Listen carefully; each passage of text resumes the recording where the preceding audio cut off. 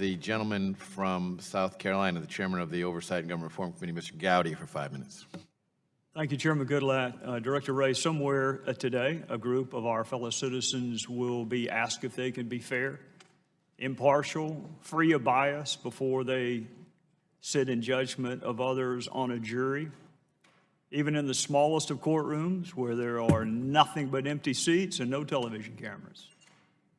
Somewhere today, those selected to sit in judgment of their fellow citizens will be told that they must wait until the very last witness testifies and the last piece of evidence has been introduced before they can even begin to deliberate on an outcome.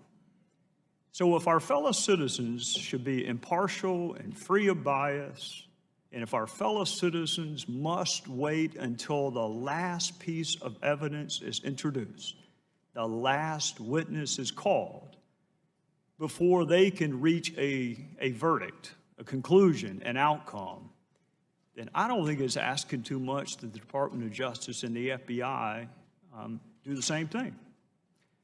There is no member of Congress who holds the department and the Bureau in higher esteem than I do.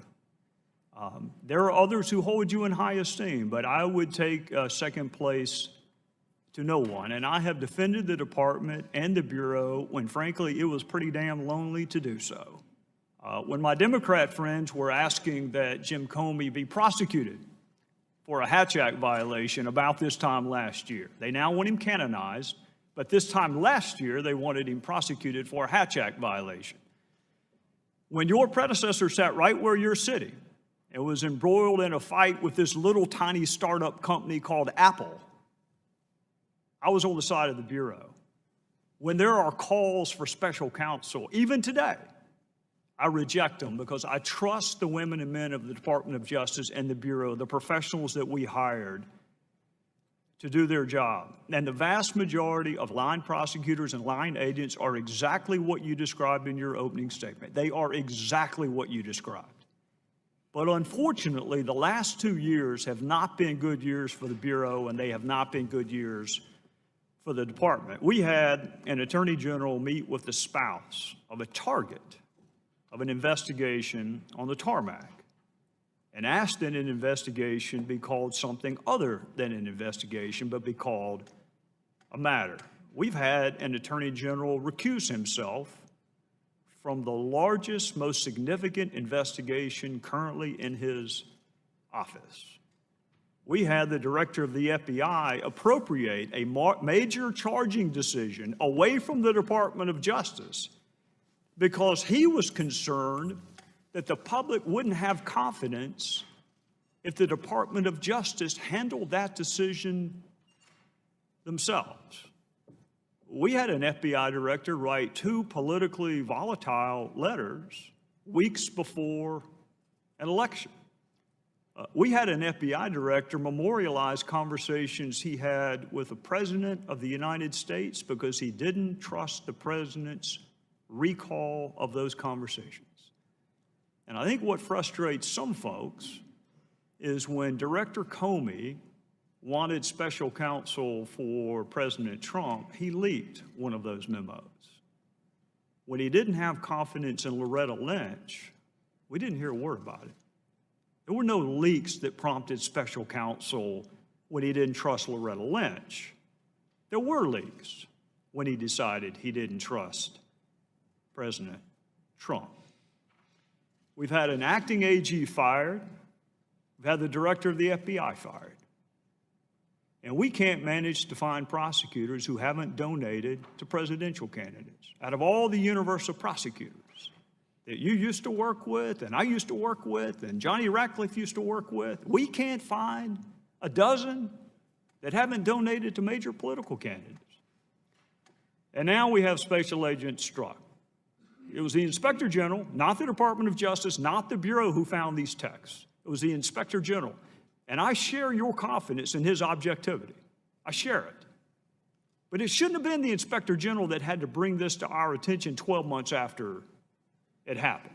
And that same agent is the one who reportedly interviewed Secretary Clinton in an interview that you and I have never seen conducted that way before, to have potential witnesses and potential targets sit in on a witness interview. I appreciate your professionalism and your unwillingness to want to say how unprecedented that is, so I'm not going to ask you. I'll just tell you, it's unprecedented.